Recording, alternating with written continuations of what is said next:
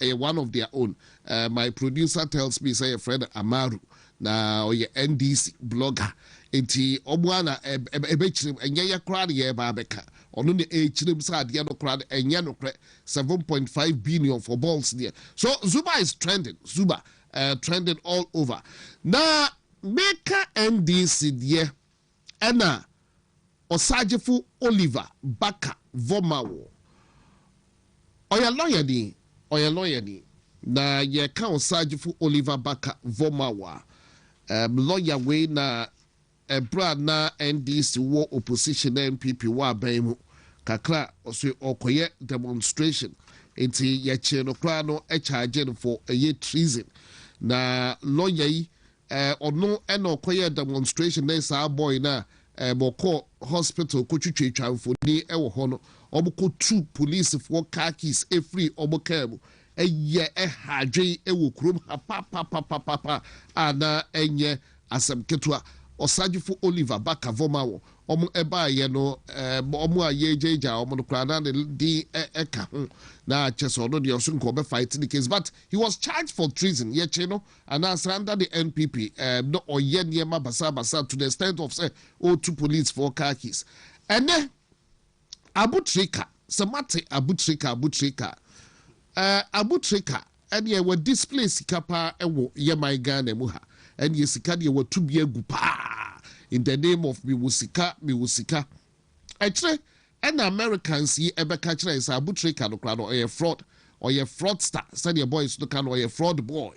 Na a year romance scam or them 24 no onzam as Sikabaye $80 billion or so. Afan in Santem in Ghana for Yen Fanum Ramanone. Na ombe serve the jail term ewo and then any yanyan and yes abutrika. They say you did for a year Delta flight. But no air quamanone. That just work with face a year law no ewo a year amanone. Na Osajefu Oliver Baka Vomawa. I think Zana the lawyer impu enono. Ojidemu Shes and Kebeya. Case no can drew baby a bit so bequamanone. Na a bit no mobile no more car. Na dana yen call for manoma befani and call for the Omoko America no more seven jail time. They be braba today the abutrika ko. Na Osajefu Oliver Baka Vomao about few hours ago and obey ye post. Then only idea he go over you. Bonjour, the post to know at that screen so no call the Facebook wall. We watch no the Facebook wall. We have made mockery of this justice system. We removed a chief justice in vain if we intended things to stay the same. Shalom. Chief justice. No more no more. Me say Osajefu Oliver Baka Vomawo we the two police for car keys no. Just no or align with NDC ye and then also we have made mockery of this justice system. Or partner said Dr. Dominica Yine and the justice realm side a groby crowd omudi omudi omoye. Just one manesi na way and NDC for Kwaku chief justice every ho akuyano so. Na saying ye chief justice mu NDC for sumba be concert. And yet, not just say Yabregu or Sajifu Oliver Baka Vomao, and actually we with the Facebook or Okohodba at the Hodom CCR. At the whole CCR, we have suffered in vain. If we intended things to stay the same, we remove the Chief Justice in vain. That's Osajefu Oliver Baka Vomao. Niaudi the post to the Bayedia. Justice Rems High, Dr. Dominica Yine, over to you. Then na mo catch Oliver Baka Vomawo. Sebu ye chief justice then ne besi an idea or say a gubi crowd about the troka etiano ewo ho. Na ebusuafo final a year meka ho asem. Ayen kokko nketenkete. Enkokko nketenkete and then as it stands, you're spending over 300 million cedis. For Nkukon Kitenkite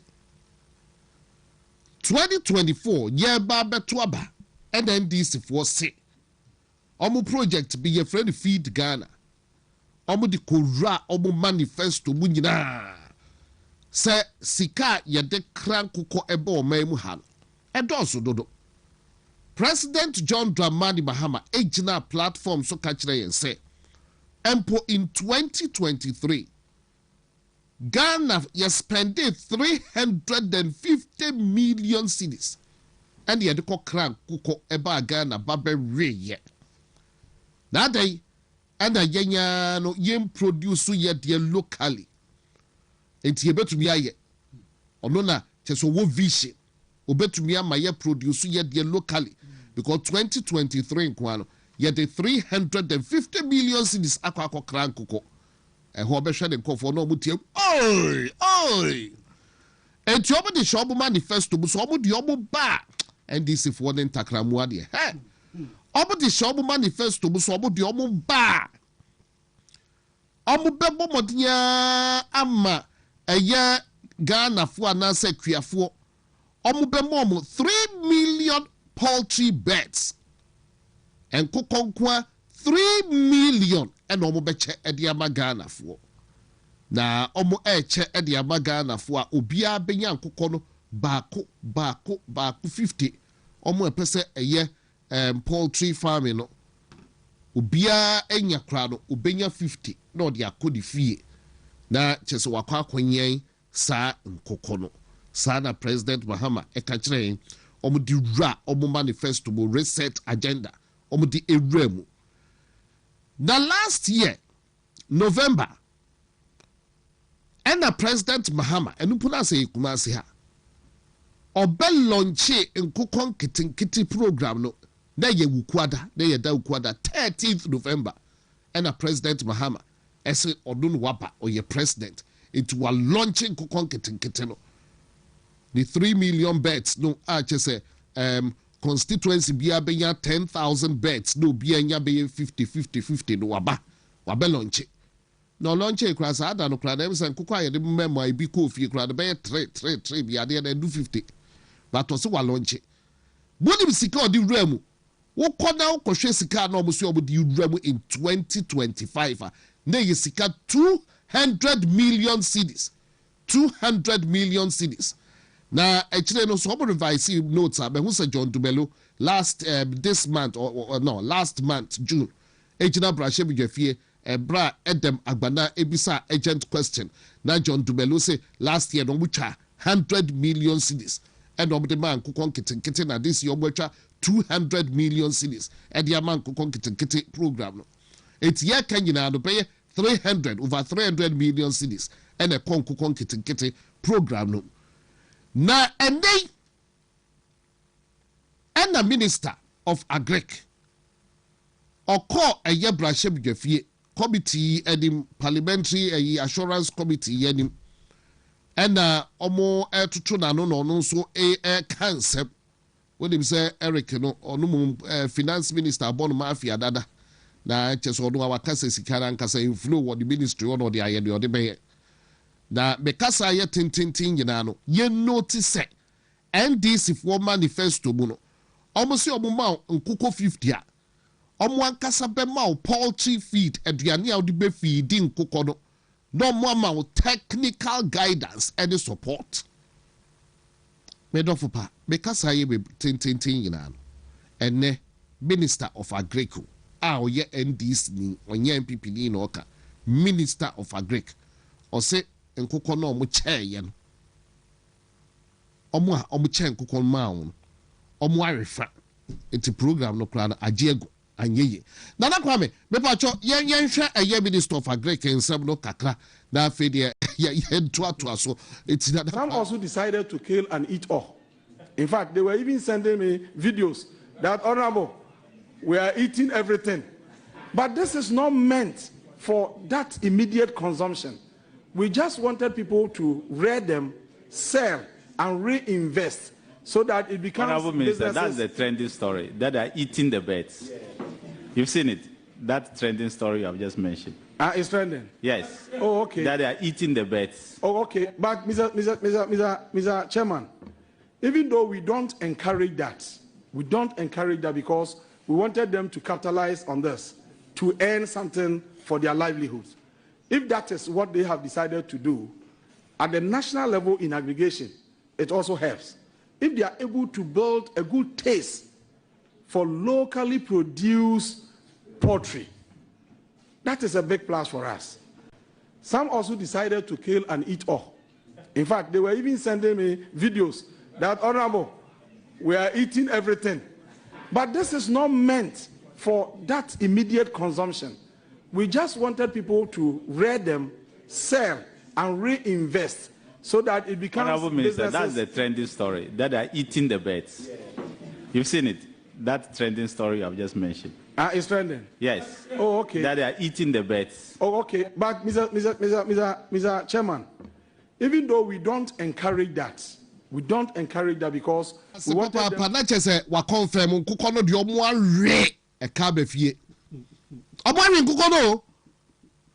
John Dumelo last month here in Parliament, me say Edem Agbana ebisa question. Osi oba a supply nkoko 1.7 million. Enti nkoko 1.7 million no crowd no supplier. Yenyandu 4 years no. NDC for nkoko 1.7 million ni gina. Hey, that is for manu mu yabodesa.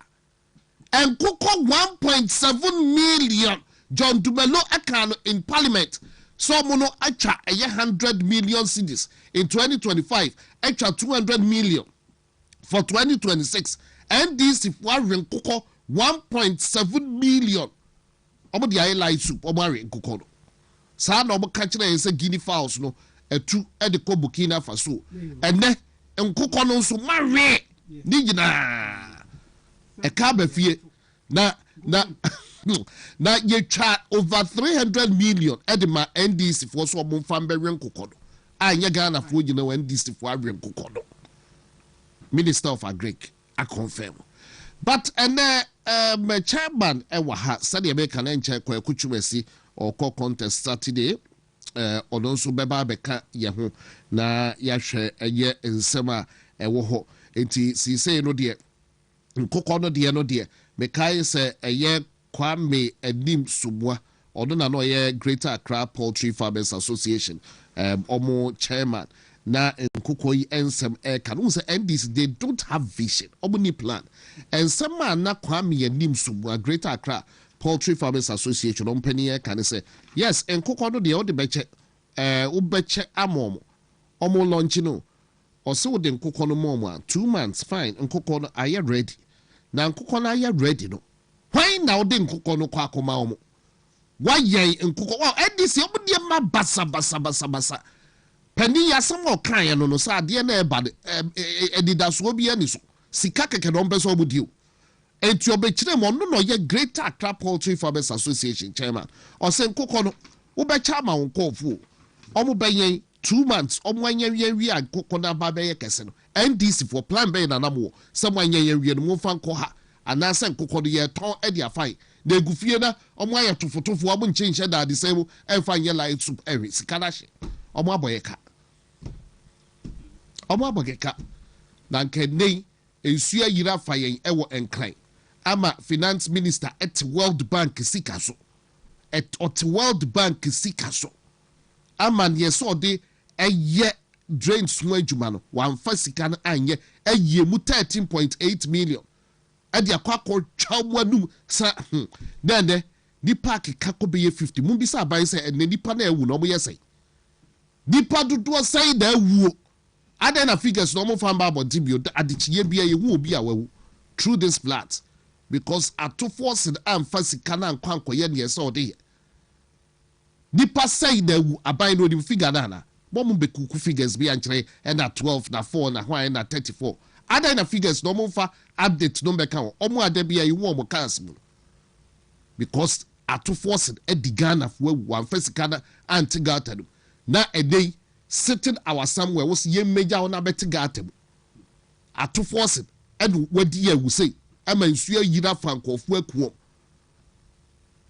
na ene mo be friends say yembe yes clean up exercise. President Mahama nipa watchi we wo share black nipa keka ko be 50 wu wo de wo gire makwa kotena ho di asa because they don't matter obodi omo enka Ghana na a day won fa ho na wa be friends yembu a na kote gata and yes, Yababuao, a civic responsibility, send the MPP for statement or the about. But sometimes we need to ask questions. Zoom lie on contract, we be and the ball and the crowd, what's the guarantee? Say you be a baby, dear. Dear man, basa, and the ababe drew baby, I agree. Who have a friends or china, yang I am cotigatum. Who calls up? Why now cause the abena? What your contract mo? At 2 force in Tisicaso, Bibia basa. Now I be friends saying Kujao, now cotigatum. Yabeko, why?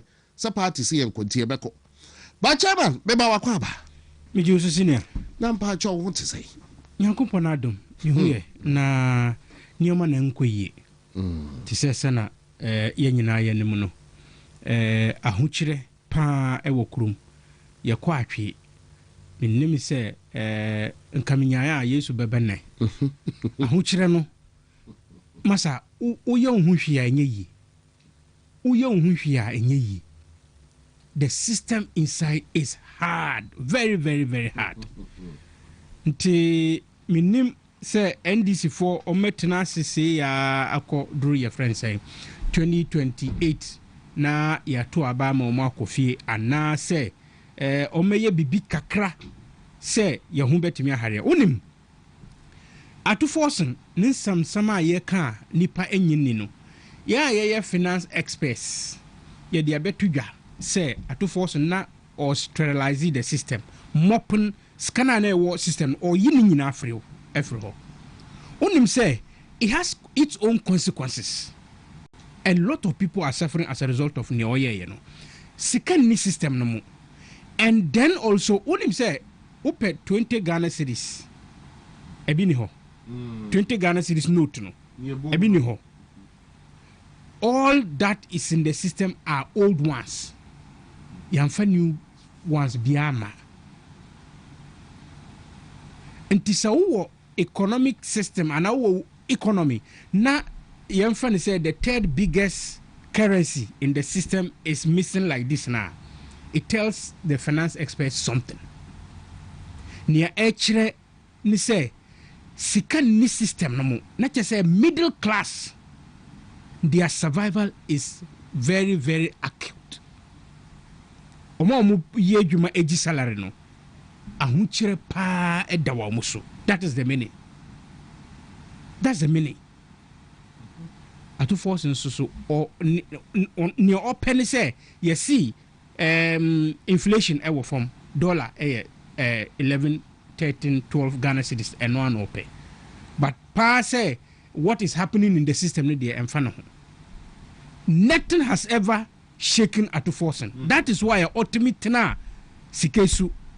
Oh, sir, president or the president, you know, because or no, it takes or appointed by the president. The president. Nasi kadaho. Yes. Now I'm a nipa will say. Nipa will say close to 50. Na on say omu akuko enkitin no de. In fact, nanka me pese me kasafa ho. Oh, I don't so your farmer until the and also. That's what I'm saying. But maybe with clean up exercise, no. Part a release statement. Say all hands on deck. Meno assembly by President Mahama Kang, I'm one person. I was not in support of President Mahama clean up exercise because I believe it's one of a year. Or Baby yes clean up exercise. It would never ever solve the problem. Yeah. Because you knew for how long because why clean up exercise. Exactly. Nkansah stop gap a year or will be best here for the optics. Now ya kasa idea no because what could you answer? Absolutely. It's for the optics. It's for the optics. Now clean up now. How be hu ye hu kwa ebe kwa ko gym. Sabola e ya be kwa that is where I'm coming to. I know you another problem. Yes. Zoom Lion ni Krumha.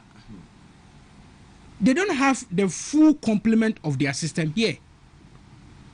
Meaning say be and your kasa dia because it take Zoom Lion I don't know. Why and I been say obeboa. Onwa ye na onwa ye pam ne ye ya no. O see no mind obeboa. But he doesn't have the full complement of the tractors na ebesisa bola no.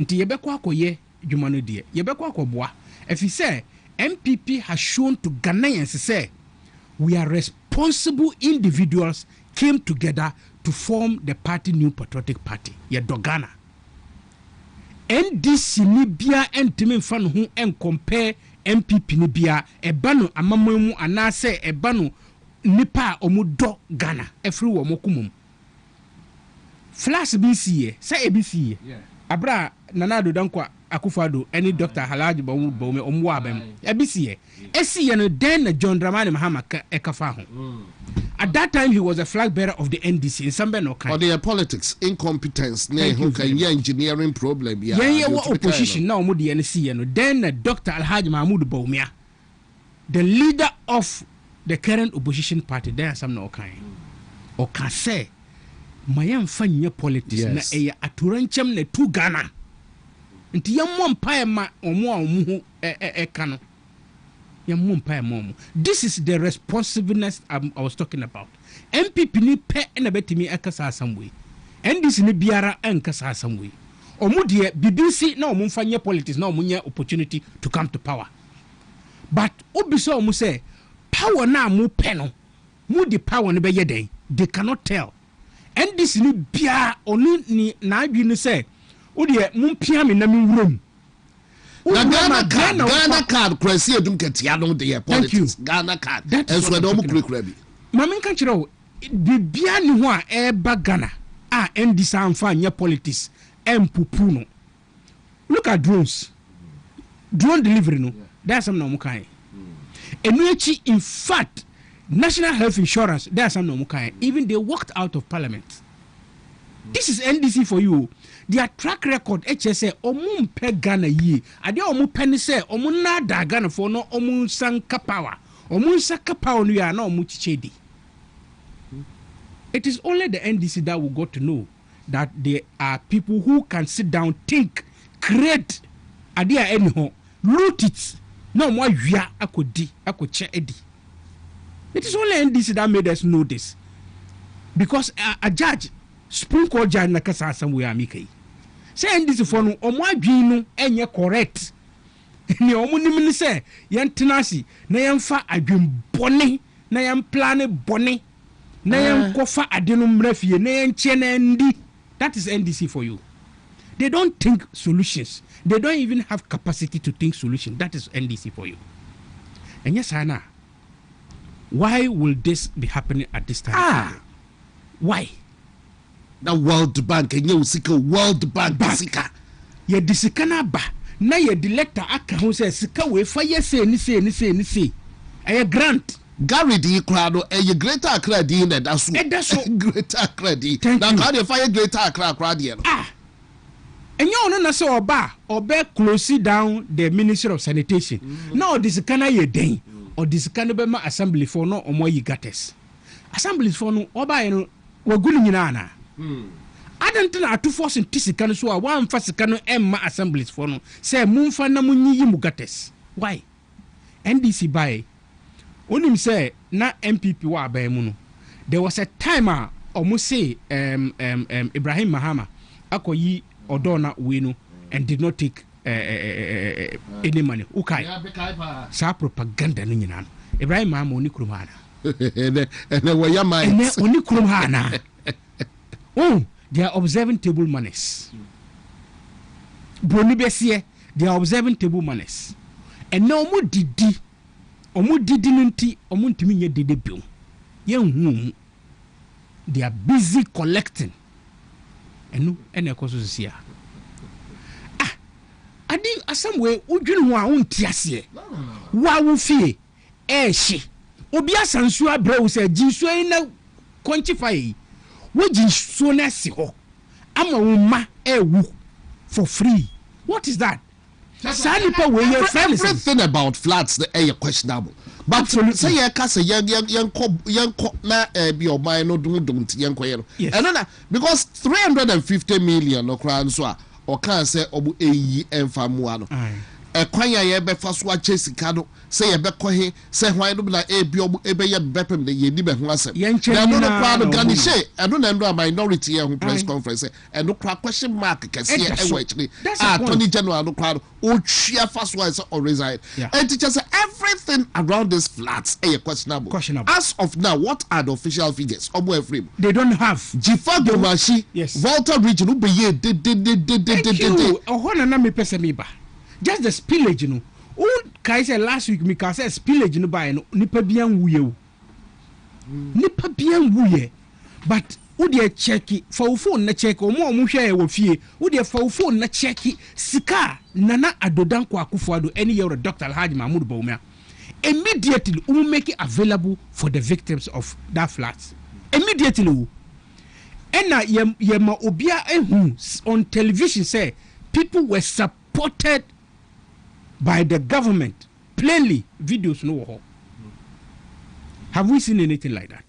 Near yet and say government see omu twa sika say e de to ho baby omu koyi sika nkrampo is an illegality according to the minority in parliament.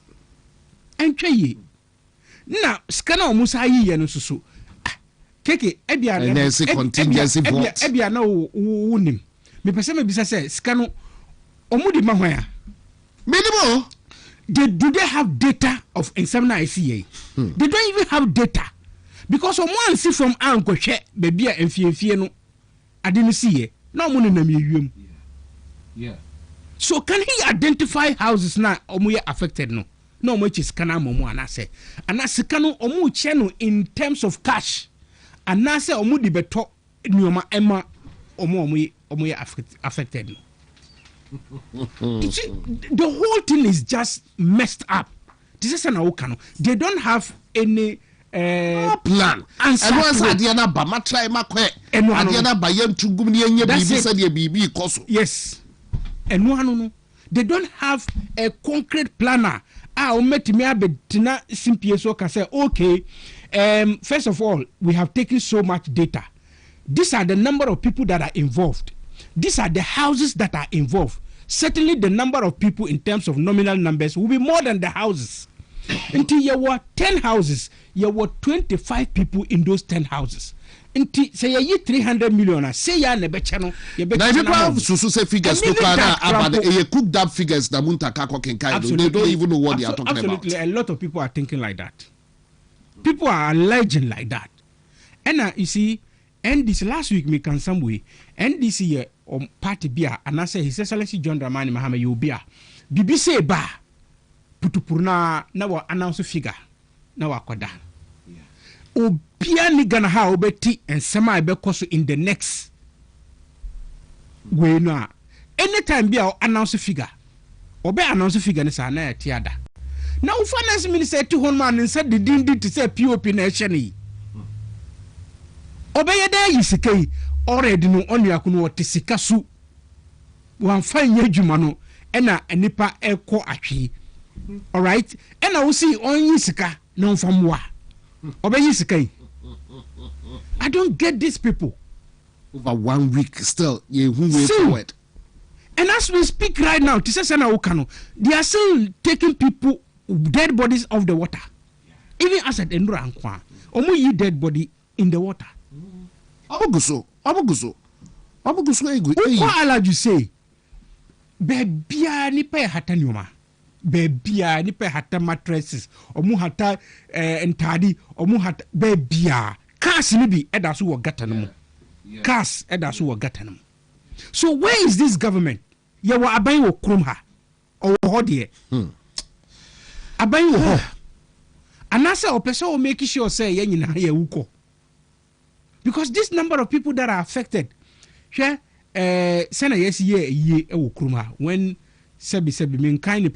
but when the 8 people perish in the helicopter crash, look at the way Ghana mourned.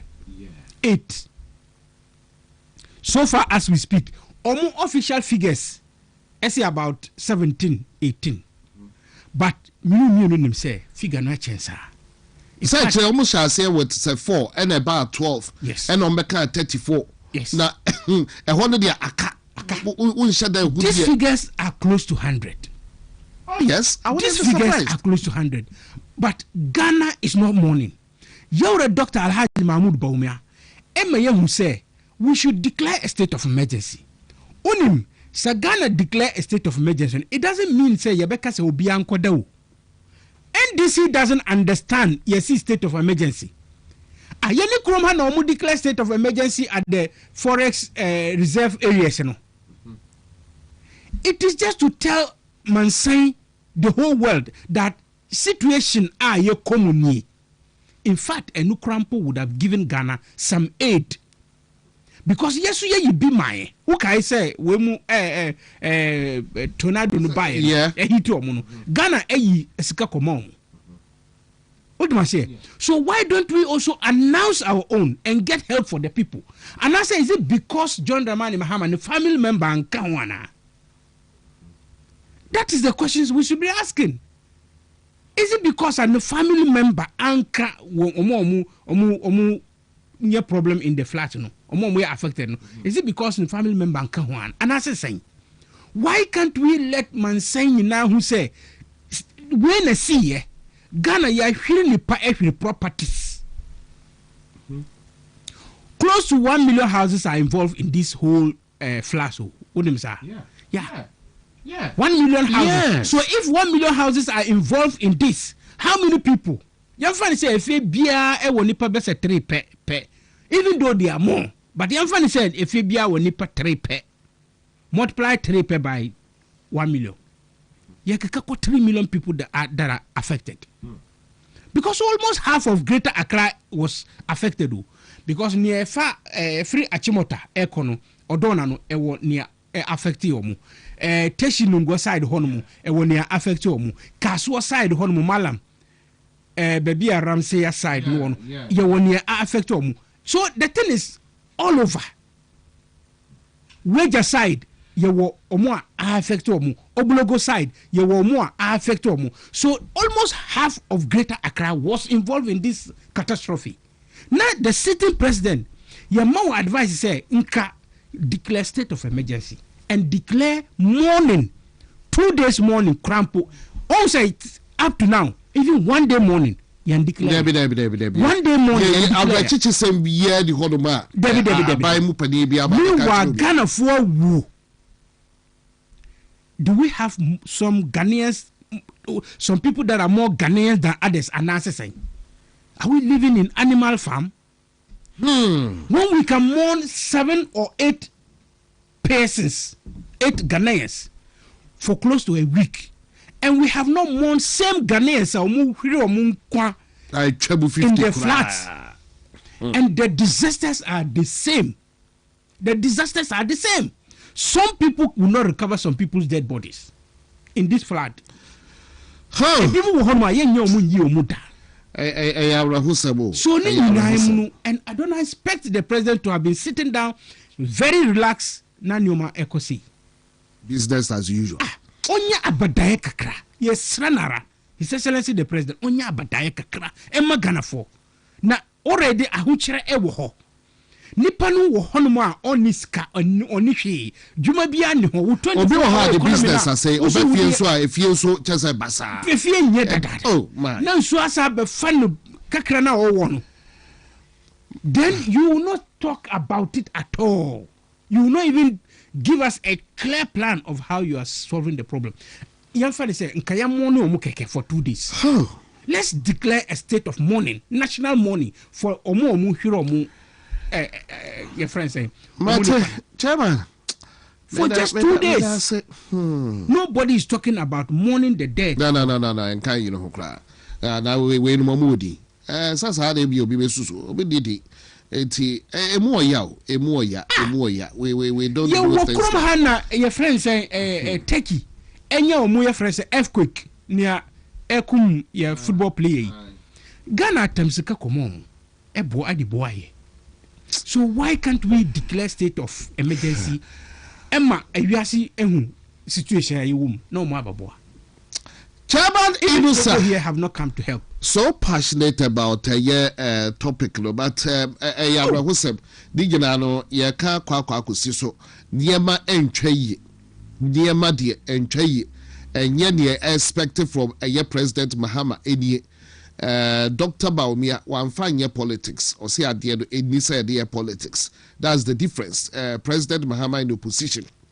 Floods ketwebia jifago machine okuja tonumo tie muno and no almost say hell must break loose, but you see a young Dr. Baumia so compassionate with some names bia mean to me and can what TV so okuja to black. I was just watching his video before I came here. Adia Okafa president, the sitting president then, when you watch it back, when you say MPP are very, very tolerant. Very, very tolerant. And yet you are not free NPP, Dr. Baobia, Wadika Kasama and Fine Politics, Ochina Yamia Duma, National Cleanup Exercise. The Dr. Baobia, the movie, memory dance, the movie, and some memory that crowd, ye Kwaku constituency elections, and he near the crowd as a Dajini Poso. Then so Dr. Baobia, as a constituency elections, no crana. Wodi ekona kotoaba uwie ya na oswako akotigatem Justin Frimpong kodia secretary of the krata ababeto se NPP ni bia wo mpotemu clean up exercise na ekoso no oso fa ho agimu bi uwie ya na obekwa akoto anasa oto abawia na oso wakwa akoka ho na waye clean up the AP ya nyante se NDC fo dodo na na efrim figures no kro obodi aba enya no kre ibia ba be count de bia yi nkofo free eye nsuo no ebu enso ye Ghana fo yi na ye Ghana fo ye nuanom ye papa no ye maame no nkola nketwa Dr. Baumia se enye hwe ye moane enti gatanum Ghana de eye ba ye nyina ye de ye mfanya politics be se ye ntse NDC fo ye mfanya politics enti ye mu bi ye di nje ho sa to force na atena se aye hwe han ye ni nje ho sempo no nipa efri musa de America no na President Mahama and then the diasa na omode omo asha white showers of blessings die so na nya blessings na yini nyina no ye de to baby ni yakotiga temu ochina ene da meminida ya to adwumade no so chairman and then SMP ewo chairman Inusa ewo has said be kai ya to nsa frek kwa kuchumesi baby ni mass of now do has say but Saturday on the contest inti me ya hwe asa when obedu abata then some no edoso chairman be ndim de obepese obekum se okon kitin no mu dual citizenship de no so me say it's on the table but nkokon kitin eho ensem ewo hodoba eno no so no ye bebomode na ya hwe and minim light here dey say be the ebefa be dim say bia no so be comment there na tribunal nti ba bia wo de ebefa bia no akoya ewo me pacho me dase na mami mfamfre akukon kitinkiti ho obisi entron kitinkiti NDC ni entron kitinkiti die edoso dodo hwe na omo say yenye wa ba mu no His Excellency John Dramama na abra oye opposition leader no nsema okafa the import of chicken ni now see identina ye betenase as oman na ya tamsi kaputo $350 million na ya ko importi akuko ade abagana na yewe ade mo na yentumi enyan yen kuko wo ha na ye tuntombi ema ye hu na ye di nkuko no na eni omu nyanku ye nkuswe na ya tonkuswe na nyesika nyesana na oka thank you enti okofa idea of akukon kitinkiti ina eba now adia me pesa Ghana for nyina hu say to be honest with you some meet na TB so ka say NDC are joking and I say omu ye jokers na I don't really mean an insult sebi but me pese me can say na me chire mo emma nipa hu say truly NDC as a party they are just joking. They joke in opposition, they are joking in governance. Because when people are introducing policies are ever affecting nipa no brabo esisa na brabo ekonim no omudi policies bia eba obitina baby na otisa policy ni di no kurampo na or mock Ghana. They are mocking Ghanaians. Wow. Yet free senior higher education eba. Ama people are being educated. Every single house in this country is affected and people are being learned. No. Omu baya. Omu say yanko chiche ye friends say. Omu pesa obia hu say omu su di policy biaba. O si yanko chiche pad. No the pad no come market a tutu pad ni say. This is a policy compared to free senior high. Is it not mockery? Is it not joking? That's number one. Wow, tie me ehwe ofie Nkansah no way. That's number one. Compare the two policies. So that's one side. Yemra the next one. Drone delivery system. Any agenda 111. Na nkofo we say akukon kitinkiti. Yes, see drone delivery no. Before yebefi abaimu, we provided figures, the number of medical supplies are delivered and the number of people that were saved through the drone delivery.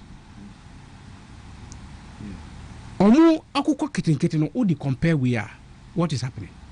So now to say John Dramani Mahama say 350 yan tenasi and you see 350 million and importi nkukonam eba Ghana.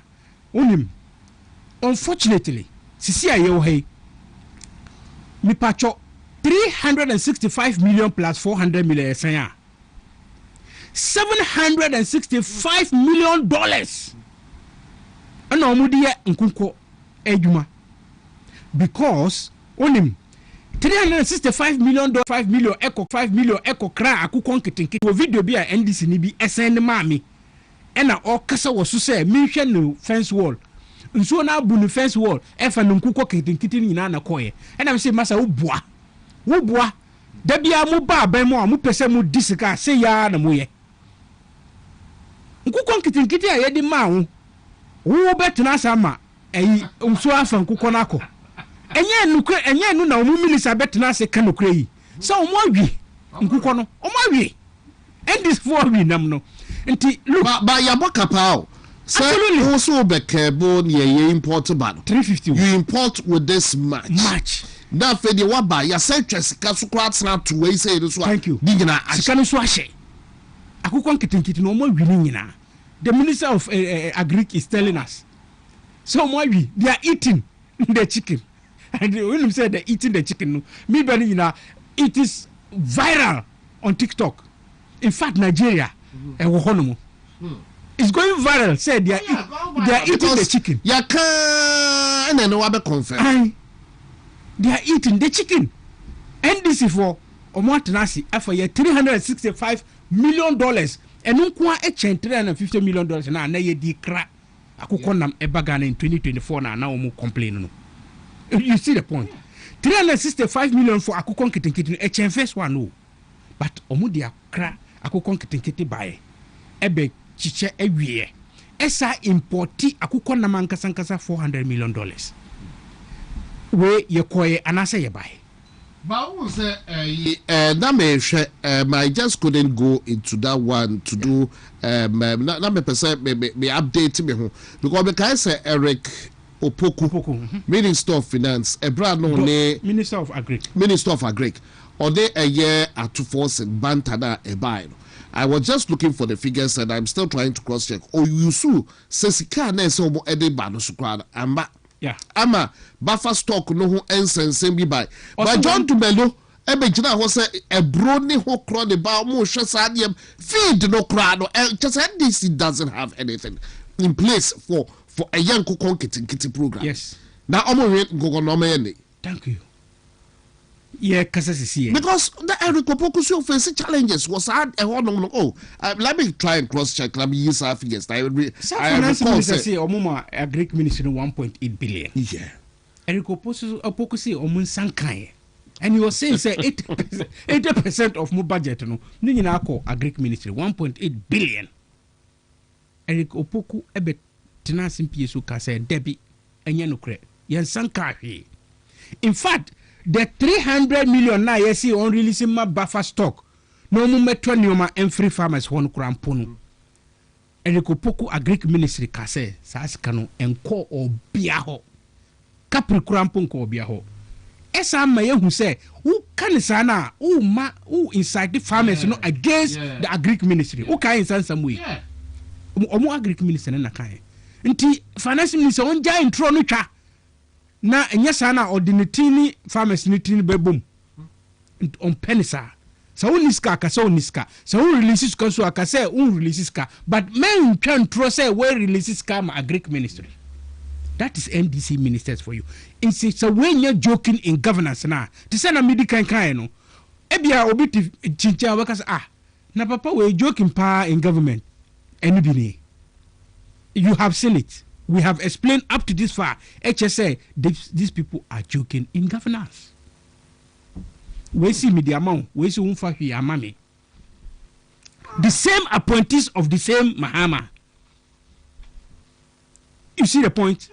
Until there is no way you can explain this except to say almost says Ghana. In fact, you know when you say Ghana for Nina and no who say you to Obama and oh yes. Me wo Pastor Kesipa awukroma.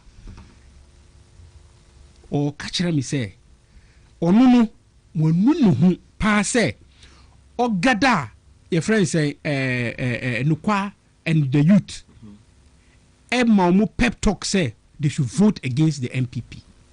The pastor told me say nukwa any youth in the church numbering close to 200 or gada omukacha say they should vote against the MPP and para they listen to him because almost spiritual leader. Me Nkansah mitra me Muslimini. I respect him because he's been honest from day one and he's been advising me on so many things. Opinion pastor Kesipa Okruma. O catcher me say wonu pa bibia ni ho onu oba na URC up to this stage or way onu hu to say talking to his congregation say omuntu abama NDC wonu. So that is a general way echo Ghanaians be brave kasa some way say omuntu say omuntu aba until we say this to say MPP for na mutifie say yenkoto aba no is the same thing moto aba me NDC see ayete yenyina na ehu ekiri ye yenyina na ehu ekiri ye she ni hono mo ba yo maye. That is the point. Omuni idea to do anything some idea omuni plan o it say midi kan omudi ye say mumpia ye na nwrem ye wrema na che say no mo wrema wia afa na mo ka kire say na enim ne ye ba ha aba be ye want to be papa so omututu papa so absolutely. All right, want to be TV so want to be TV so na you bring talk Ghana na muguswa wohwe talk Ghana na wohwe no na mene chairman Inusa waha still ensama ye babeka edoso na ye time no na ye di abobobo ensam ni so di account but ansana mesa cross over eba no me kai wo say emulate herbal supplement move to me akwakope bi akira kwan se bia hu se niema enkoye ewo widie no niema akwakoye bibia ewo hodo ba besro na emulate herbal supplement na ebeboa no no eboa ba eyi efibia ewo widie no efibia ewo widie mu bia no mebeboa na chese eyi e de free unipadua no na ama organs no aye adwuma kama ewo unipadua no nti emulate herbal supplement kantanka herbal pharmaceuticals and a research center na ede edroi aba edwaso FDA for so agye atomu kama omo kire se edro no woduma nsuanso bia ni akire etimesro kona kope wo so wo emulate herbal supplement nibi na for show how far wo kokoto a utumu se security features wo ho no wo ma yen kama a temper proof hologram embossed image of a kantanka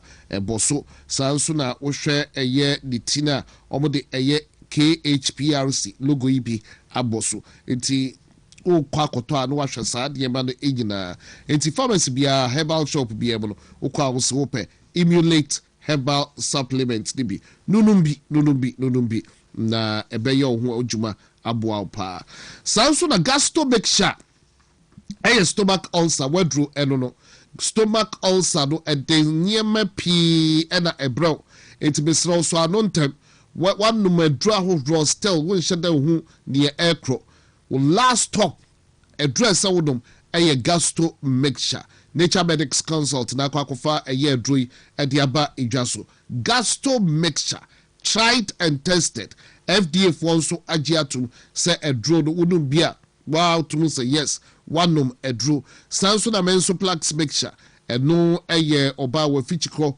wadro eno no ntimeso pebia kira kwan emame that time of the month chese wubnimne ukobenkumba difa utubusa wo brepa niema ensheda enkoye wadro ene mensoplax mixture na fe ye wo prostaplax mixture so ewo ho prostaplax mixture no prostate enlargement for prostate enlargement Nature Medics Consult ya na akofa ndrom yense ede aba wojonso tentem wadro prostaplax mixture bia urine retention sa no doctor kachrewa me pacho herbal medicine and ebeso wenum ano ede amount uko bi stable ewo mroma unsabeka bi wokumase ya sanso na Repash Ventures etunton gastro mixture mensoplax mixture together with prostaplax mixture Ecus Pharmacy ewo ashama na unique herbal ewo takwa from ahomatrofo so that's Nature Medics Consult omo telephone number is 0248 77 8899 0248 77 8899 oto adroi bi na usua wana wode adansie ebeba na mesa crossover de atoa ye nkomo no so no amuzu Dr. Amuzu wakwakofa biaba Dr. Amuzu ede Amuzu hair food aba edwaso Amuzu hair food utriwi no na duane na abai wama ekom ade utriwi no ache Dr. Amuzu akwakofa utriwi aduane a ohia pa na ode ibrewi na Amuzu hair food very organic niema ode ayenkuno you have no idea used to be oko cosmetic shop bi akona koto Amuzu hair food ni bi na wo de use no 1 week pe dandruff wha I will triwi na singina gone utriwi ne ebeye tuntum kama ebejina mu beye du ebete shiny etibisro utriwi ne said yetie bia so ye Rastafarian say ye permit jelly curls bobodia etriwi bia style bia bobodi so be use Amuzu hair food ni bi ebeboa pa researcher akonku we say mu no a odi aba edwaso no ese wadi ensa okachire entibesro cosmetic shop bia na kopebi entisa so abetumi akokuma se tafo anase tafo nhia yeso tafo nhia yeso Amuzu junction hodom wonsa ebeka nkuni bi dodo na opebia no be ye bi etu akwakoto pe ba ko so a obetumi atobi o number obe francis so 0242 955 056 0242 955 056 that's Amuzu hair food for you na menkwa na membra chairman so enche make I say don't see a pepe don't see a kase ebono ebebro but right about now chairman yes, your picks okay me pacho my pick here friend saying recruit now you see 1300 and now over 1300 omunya HIV and one be no me can say no this morning na mini NDC ni bi war one radio station so TV station so emana ka say His Excellency John Dramani Mahama the first term no or tamsika ema tobinko and a tobinko omu produce ace ne dru na ye frɛ no antiretroviral drugs no enye no kre wo baabia enu no na ye ntro but essence say host no na opese ogina sa asam no enye manunko ente menim ne political affiliation, but obi ntena wo fidie kese paase etwa ntro na wo as a host what nasi eye hwehan emanako. It is not true say tobacco produce antiretroviral drugs. That is not true. There's only one company. Meanwhile, host no on him bebia. Mimi yajuma enemy field on him. Why will I be sitting here as a health person? Now obi chantro in the health sector, and you allow that to go. Me pese mi yano no ma or mami kwe mami yano. But I'm saying say there's only one company that is manufacturing the antiretroviral drug here in Ghana. And government has never given them any money. That is Dan Adams. Okay. Pharmaceuticals. Omu pe enye tobinko. Dan Adams pe ena omu ye antiretroviral drugs in this country. And no government has supported them in doing this. Oh, okay. Until we must set the record straight. Until yakoye nimuno senior. In the first place, and ni kwensen ka Minister of Interior or the betuja. So omu koye recruitment no omu 1,800 B ewo HIV M1 B. Unim se ye nyina nim se saa yare we yare boni bia obia esuru saa yare. Even though this time around antiretroviral na eba ye nti es no enkum nipa te se first time no, but still it is dangerous. You see the point? But any kwen say minister or this some way ebetuja keke onim ne ebese se minu uti yamfa ne se minu yeti enhia so ye nyina yeti enhia so ena wuko recruitment no ye fail o what ma say one fa bibia emetuja ne entina ye fail o mi a meti hono so ma beti se mu mu ko recruitment no mu 1,300 enye HIV money bi office me hu a there some na medua fa hu. You see the point? Yeah. He is creating stigma bia and this is police for omudi omu charge bia bananse ya omu friend false alarm and I say not misinformation. Near scare a man for no. You see, who scare a man for an answer bisa. I think there's a charge called rumor mongering. Yes, it be new.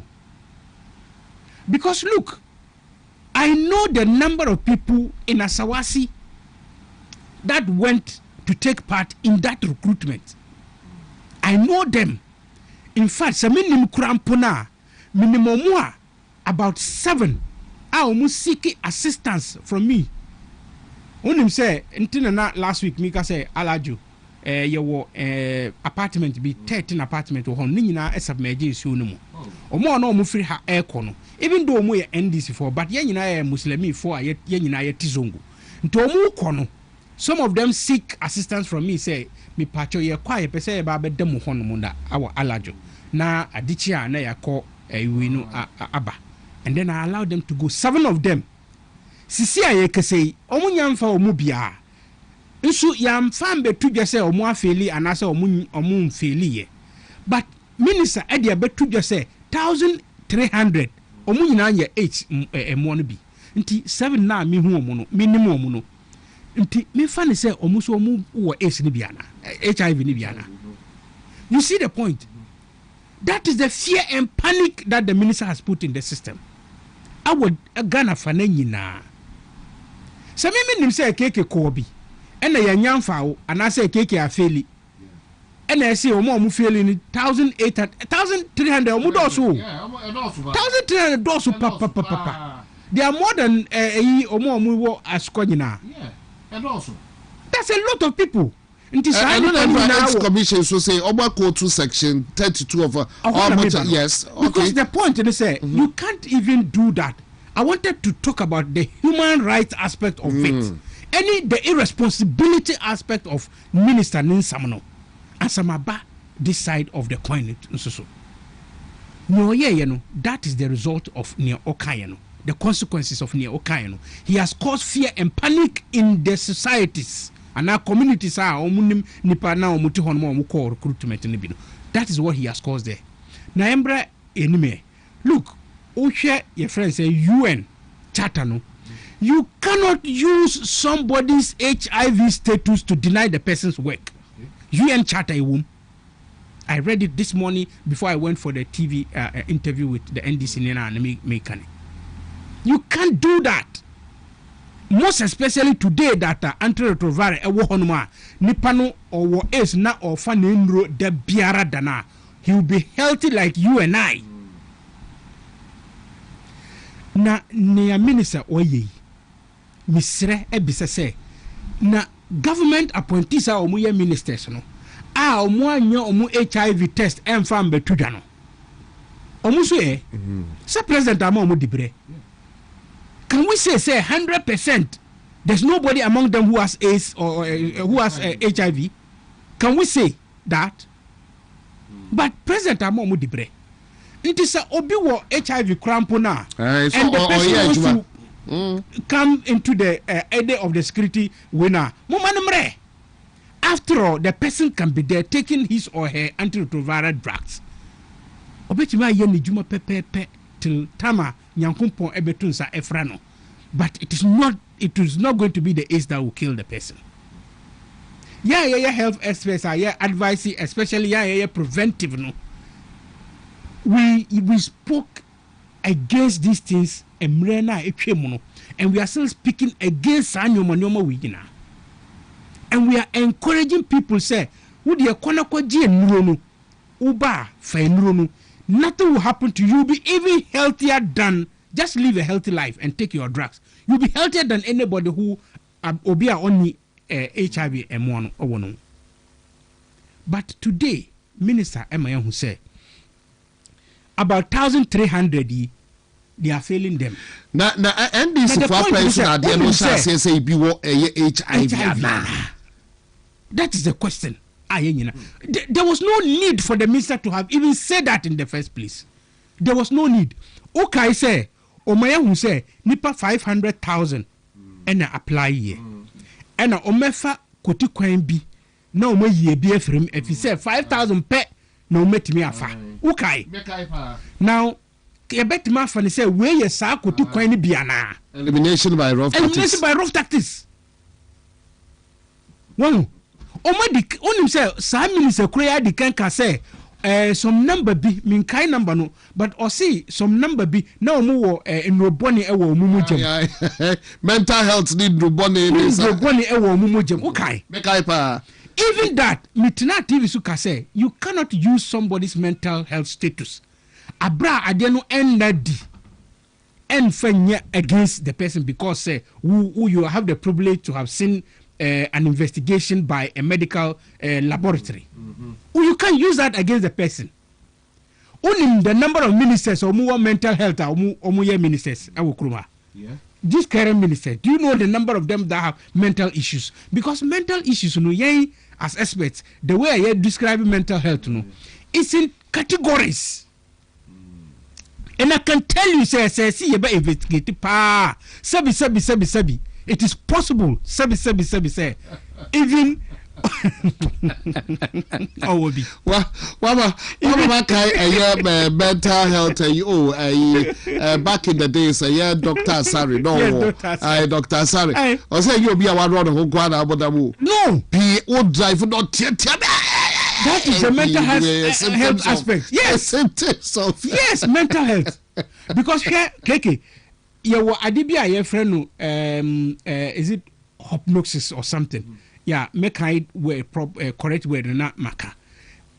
Ubet me who me met me who rob away. Na bibi catch them say robber no dani no. That is in my mind. But who is her? Until send na me behave effa sa rob away so no. You would think say na then chairman oye. Woman, Uber say, my bottom, and I say, Sabi, my dream air coming.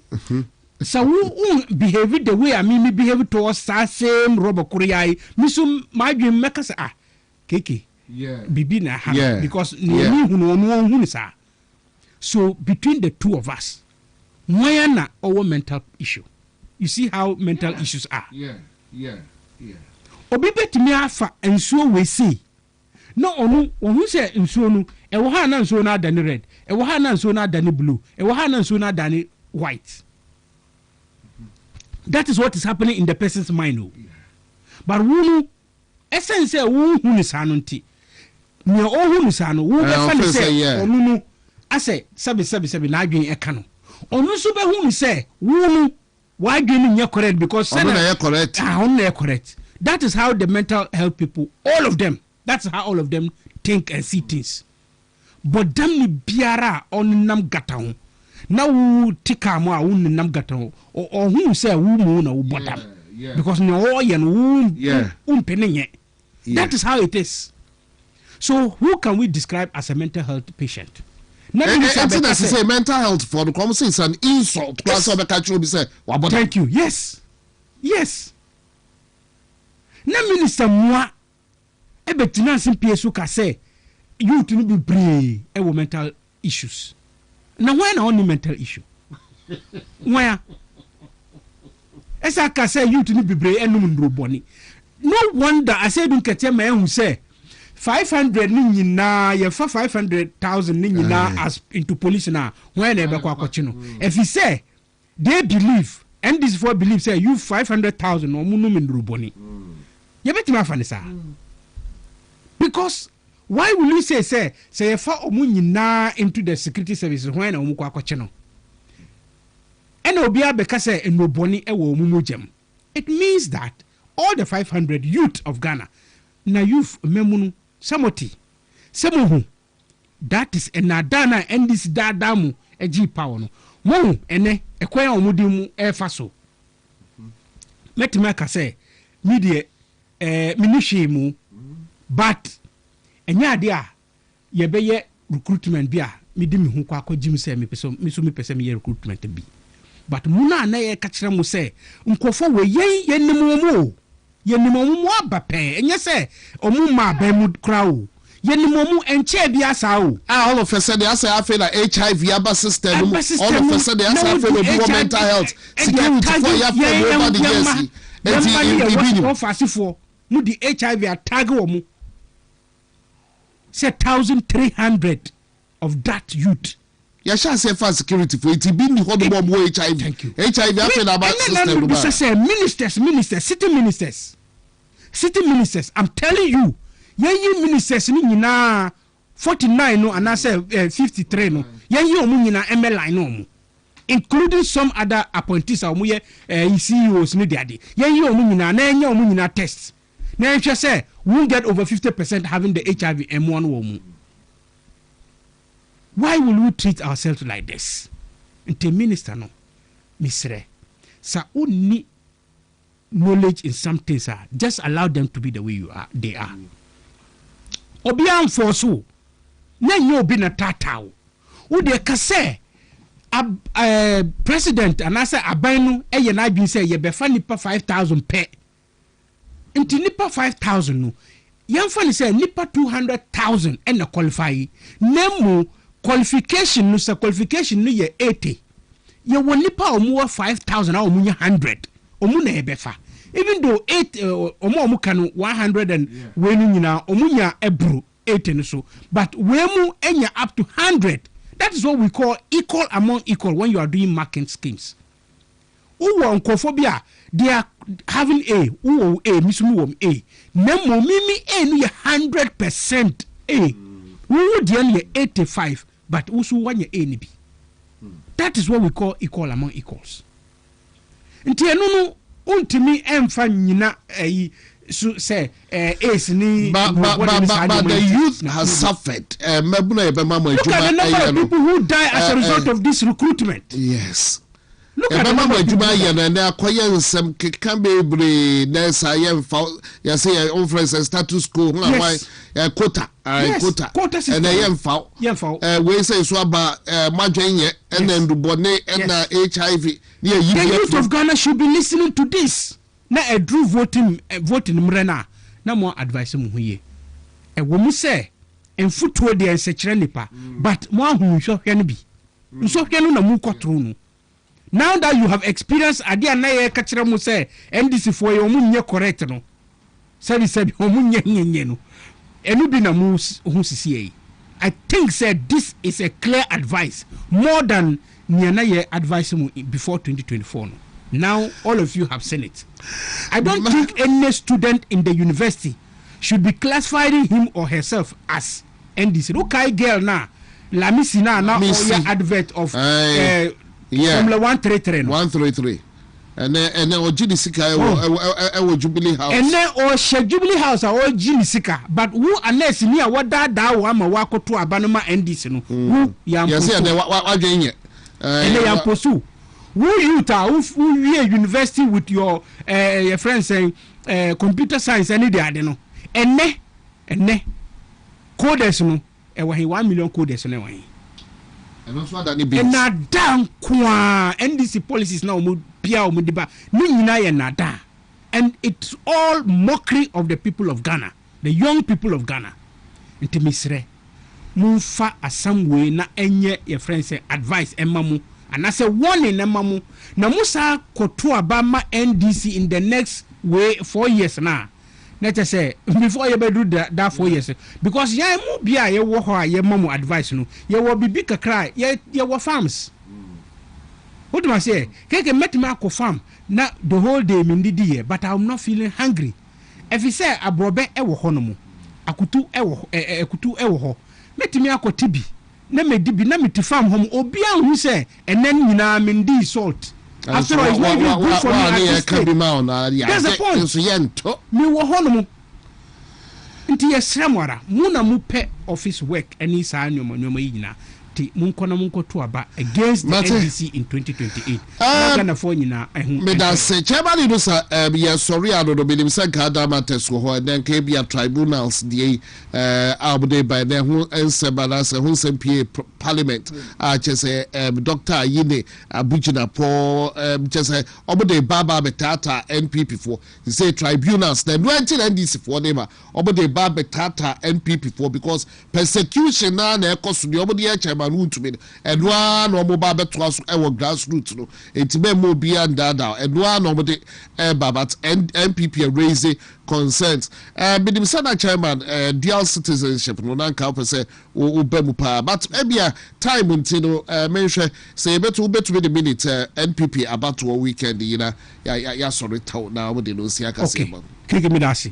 na dual citizenship issues no onim say eno no na John Dramani Mahama owo opposition no na all promise say oba aban mu a obema omo wo amanone ne ekuta ada citizenship no na omo abe dibre bia omo pega bia no omo sabetimi aka ena ye manu hu say ade we a wukai eye constitutional provision nti wo ye ne sana so obi kuta Canada passport a oye Canadian esa kuta Ghana passport aye Ghanaian ye bon ye kan nyina bom e frɛ no dual citizenship na say ye to abama no na oye president of the nation Ghana na ye kobobol ye ne Canada for kobobol na ye tu national anthem or to Canada de no anasa or to Ghana de no ni wo he no but because ni nyina no okuta citizenship of those two countries eno bi ena omo chiro 1992 constitution omo huye ena omo di shame say saade no de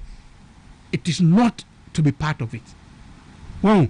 Iti John Dramani Mahama, yes, Ranara, you have promised a lot of things that you waba bema won't ye.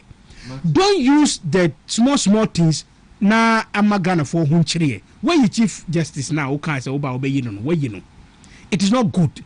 It is still a dent on NDC. Don't add this one. Aside some way yet, stay away from it. It is not good for the people of Ghana. Chairman Inusa, a member of the NPP communications team, Chairman Inusa, and former regional director for the Health Facilities Regulatory Agency, Freno Hefra, Medana Papa, na Kwaku Chumesi, na Obeba Bekayeho, but with them say me there yara year 2 more about EC office where I think engagement be who call the baby kokoko so e ho say dey do on ewie enti ya me aduma ya koso we hye mo aye beto so aba no ya we hye mo well na ya hwɛ sɛ bibia ebewie pɛyɛ kama